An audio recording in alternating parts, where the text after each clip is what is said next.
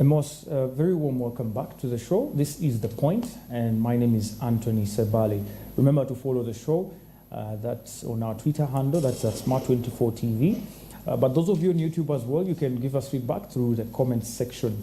We're also live on channel 372 Go DSTV and channel 394 Go TV. There you can check us out. Today we are talking agro processing, something that is being looked at as a means of coming out, of course, of the the cat and rat race that we are in all the time, with our products being sent back here because of not meeting standards. Yet agriculture contributes 70%, like the statistics have it currently. Mr. Okundo, you actually still mentioning a point when we went into the break about the rules that are in place and the regulations. But we want to look at more of the standard perspective before we go into the discussion of the regulations and the rules. When you look at our, and I know Madame Dorothy has a story here to tell us about the chili, but when you look at our products, one of the key things that keep coming up is standards. Yet we have bodies like UNBS that have all the necessary equipment as per se for checking standards. Why is the problem? Are you the farmers who are actually, in the production line, the problem? Because we've had issues with our maize, and then when it got back into the investigations, they found that farmers were actually sun-drying maize on the ground, and you expect that to go in the international market. Where is the problem? Yeah, for me, the problem begins from the farm itself, because it's where we get the product from. And you can't also blame these farmers because they don't know what they are doing actually.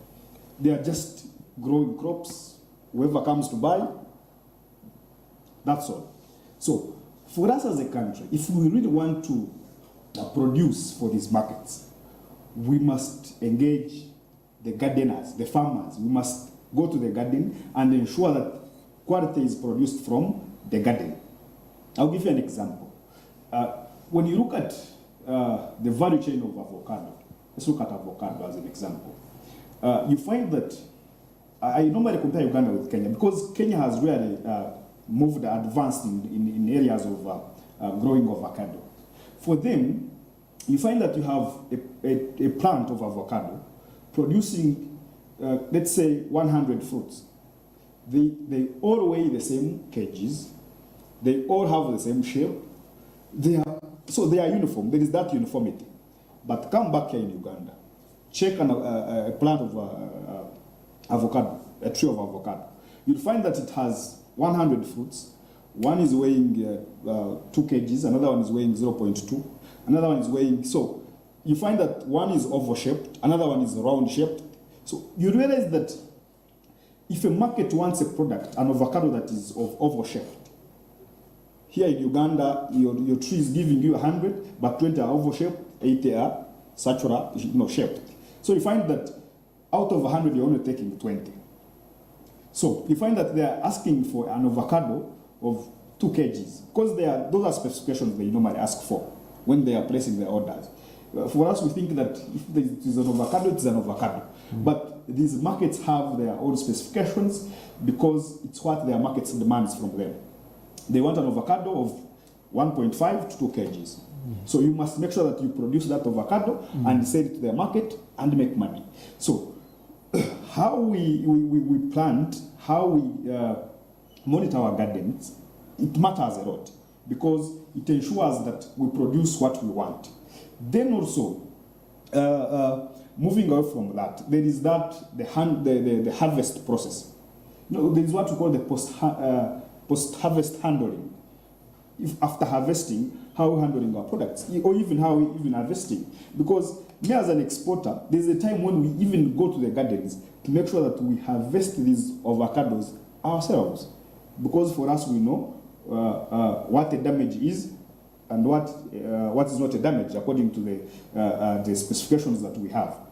So you find that me as an exporter, I'm even putting in much more money to go to the garden to help the supplier to harvest, which is a bit tiresome. So for me, what I am actually talking, or what I'm telling the Minister of Agriculture to actually do is to make sure that engage farmers, tell them what to do, because these people know what the markets, the international markets want. So why can't we engage farmers?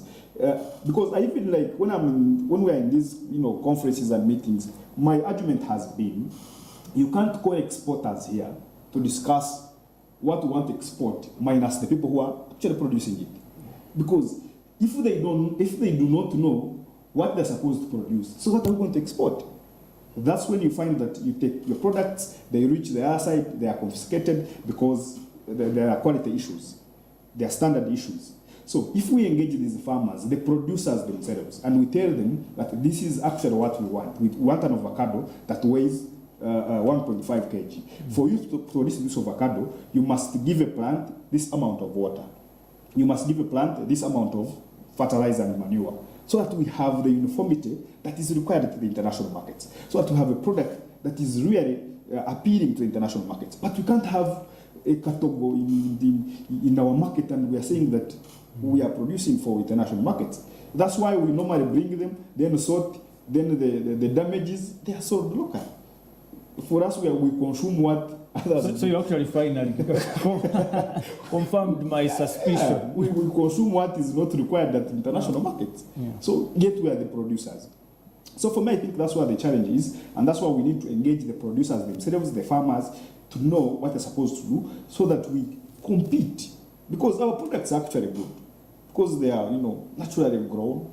We don't really have the other modified whatever. So our products are so sweet. Like our pineapple, it is very, very much liked in the international market, as it is rated as the sweetest pineapple in the international markets. But when they go into the deeper understanding of what they want in their market, they say, well, it is sweet, but you can't produce 10 tons of it. Because what we want is ABCD. If you can't bring it, you find that the pineapples, there's a time I had an order for pineapples. I went to Ruwera and Kayunga, because those two districts, they are producers of pineapples, plus in Tungam. So, but because of the size that they wanted, Kayunga and Ruwera were best placed. So I went to Ruwera for like 3 days. I had an order of like 10 tons. I collected only 2. And when I brought the 2, during sorting, I ended up with like 1.5. So I'm like, okay, as a country, these are the districts we know that they grow pineapples, but we can't even raise 10 tons for my order only. Now imagine we are 10 exporters, everyone is looking for pineapples in that particular market, in that particular area. So you find that we can't have enough of what we produce, and we can't even have the quality that is really required in the international market. And I think that's where the problem is. Yeah. Thank you, Mr. Rukundo. Ms. Chimuli, you see, and this was my point in the first place, we always get the worst left here for the local market. But before even talking about the local market, you are a chili trader or a chili processor in Uganda. Currently, you're serving the local market. But just a few years ago, chili had issues on the international market. Chili from Uganda, we did a self-imposed ban as Uganda on our exports of chili. And one of the things that came out was that our chili had maggots. Can you imagine? You export chili and it has those kinds of maggots and stuff. And this is to the international market. You as a chili farmer and a chili processor, what do you think are some of the inherent problems that probably lead to some of these mishaps in our exports? Just talking from the chili perspective. Talking from the chili perspective, like you said, I'll get back to the issue, say that Uganda gets the leftovers while the export market gets we don't hear those stories, right, on our markets here. It was very apparent that during that time, when the export was so high, the preference was to the export market. Yeah. And us, whatever was considered rejects is what we took. Yeah. So they get the finer and us we get the rejects. And even this was already in the mindset of the farmers, that they needed to first supply that was being exported before they think about we, the agro processors, that need the fresh output. So you find that during that time, most of the processors were processing what was considered rejects. And when they tell you about a reject, it may not necessarily come out as a reject per se, but if it has a small defect, even though the stock is a bit, you get it probably not to a certain length and the like, it comes out as a reject. But let me tell you, one of the reasons is because when these farmers took these products to the stations for verification to exports, some of these products are delayed throughout the checking process. And you find that by the time they are finally checked for verification to be exported, they do not qualify. So these farmers are now calling us and say, can we bring this for you? Why? Because they do not qualify. On average, when you bring chili, it must be processed inside, the production process must start inside 24 hours. The moment you exceed that duration, it is not as good as you want it to be. Now imagine you have taken it to this station for export. It has been there for more than 24 hours. It has been rejected. You're a processor desperate to produce because you have been waiting for this output to come. And all they bring for you is something that has been considered a reject. So that also affects the production process. If we say we are producing what is considered a reject, what is the output of our product outputs as the producers? You get it? That means that in terms of flavor, in terms of richness, in terms of freshness, our products are being affected. And when it comes to this, my issue should be that if we say there must be a balance, we must definitely export what is raw, but we are also desirous of exporting that is processed. So there must be a balance between meeting the export expectations and standards, but also supplying to the processors, the national processors, that is worthy of being produced. And that to me was a challenge that came into play.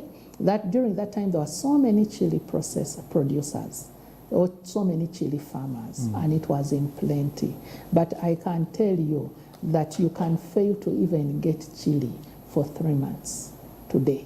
Why? Because the farmers are limited. They have crossed over to other products of interest that they do not consider an instability in terms of their incomes. So today, I made a production about 2 months ago. But before that 2 months, I looked for chili for 3 straight months. I could not get that chili. Then at a certain point when I could get that chili, it had come to 17 times much more than the actual cost that we were getting this chili. Why? Because yes, in terms of export, the demand is not there. Most farmers are producing for the local markets. We are talking about seasons. We are talking about the dry season. We are talking about the rainy season. And all these seasons come to affect us. You talk about the challenges. One of the things are seasonal challenges. I'll give an example of chili because I have mastered the processing of chili. Chili is hottest during the dry season, and it is less hot during the rainy season. Why? Because during the right season, the water retention in the soil is very minimal, meaning that as the chili grows, it grows with that hotness.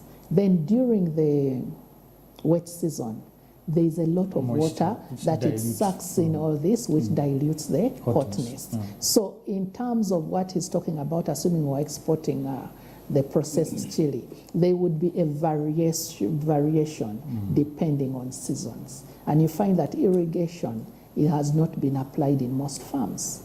So the irrigation systems are lacking. And part of that is what would produce consistency that the market desires to have. Even on the local market, even on the export market, consistency can only be addressed if we have systems that are consistently doing what they are supposed to do, like irrigation. Dry season, there's nothing. You just sit and wait for the rainy season. However, I want to take you back to something that you mentioned and something to do with packaging. since we are dealing with the agro-processing industry. The reason packaging is so critical, at some point I was thinking of packaging. I've changed my bottles around 3 times. However, I cannot export in plastics.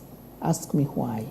In plastics, chili has a shelf life of only 8 months. However, if I put it in a glass bottle, it has a shelf life of 2 years, 2 to 3 years.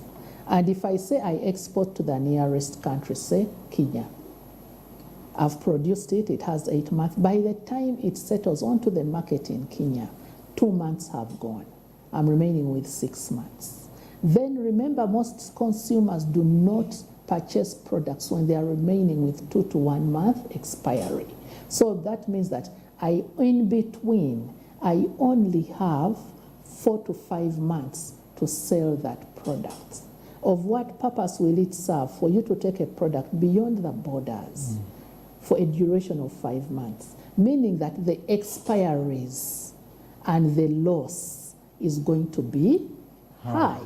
So when it comes to packaging and standard, this is a standard, we must be able to meet those standards that warranty meaningful exports. I'll talk about technical inputs.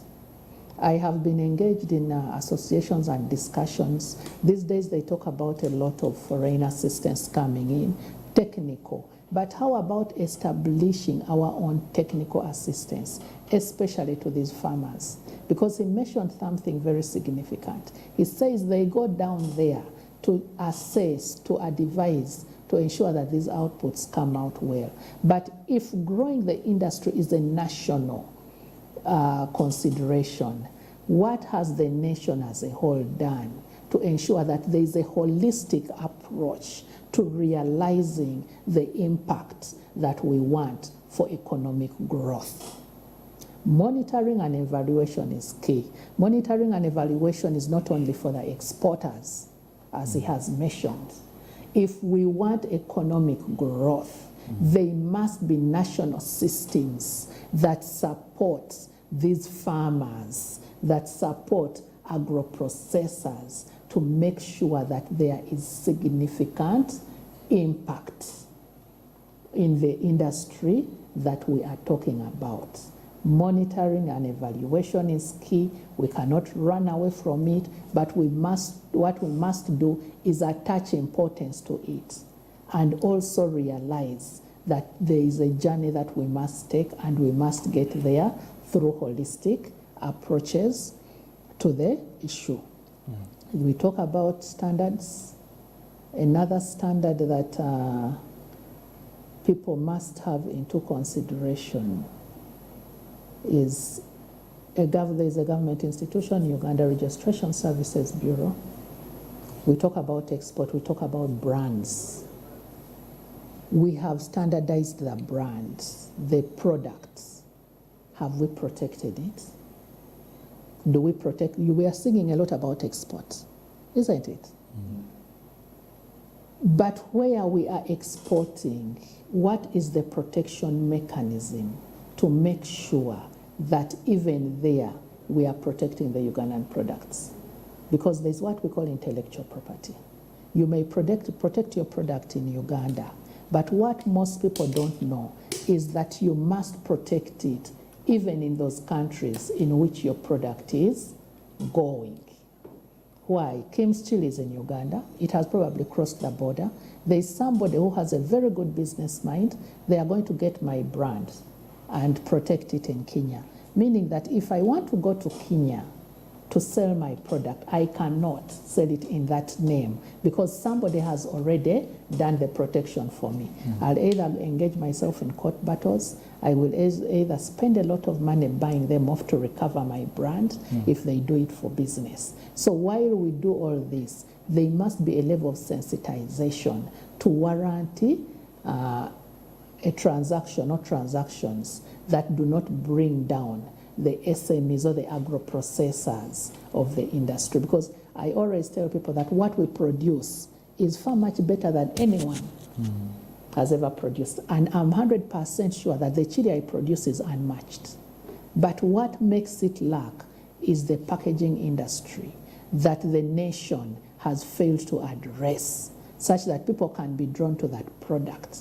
And later when they consume it, it will be a household name, not only in Uganda, but in other countries. Mr. Chimoli, I want to ask you a very related question to what your sector is currently offering to us. You say your chili, you are sure 100% is one of the best, probably in the world. When you look at the local, you're producing for the local market, how has the response been locally? Before talking about the foreign markets and so on, how has the reception of the product been in the local market? The reception of the products on the local market has been excellent, and this I will talk by the experiences that I have experienced. I remember in 2012 when I had started producing these products, we went on a promotion drive, and this one time we were in Millennium promoting our products. Then this gentleman comes and sees this chili. He didn't talk, he didn't say anything. Went into an ATM, I think that was Stanbic ATM, and the only thing he bought when he went into the Millennium supermarket was Kim's natural chili sauce.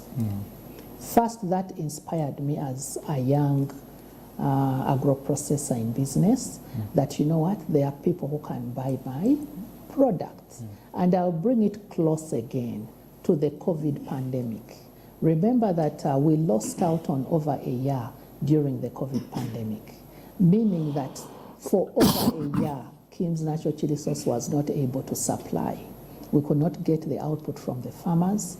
We could not transport because we do not have branded vehicles, and they only wanted those that are branded. But let me tell you, after the COVID pandemic, when I went back to reclaim my space on the shelves, my product was not denied space. The fact that the owners of supermarkets could not deny my product space, that is enough to show the significance of the product to the consumer, that they would want it, they would want to have it on their shelves. Secondly, I'm not an exporter. But let me tell you, my product is already out there beyond the borders. Not because I am doing it, but I have customers who love the product and opt to purchase it and take it themselves. So if you have foreign people taking this product, I'll give you an example. I had a client from Dubai. Unfortunately, he's all age today. He can't travel. He comes to Uganda. For the first time, he calls me and he's like, I need this product. At that time, I did not have it, but I told him I have just supplied it in. That time it was Quality Supermarkets. He did not know where it was. I entered my car, went, picked him up. We drove to Quality, and mark my words, he took out the entire product from the shelf and filled his basket and paid for it and took it.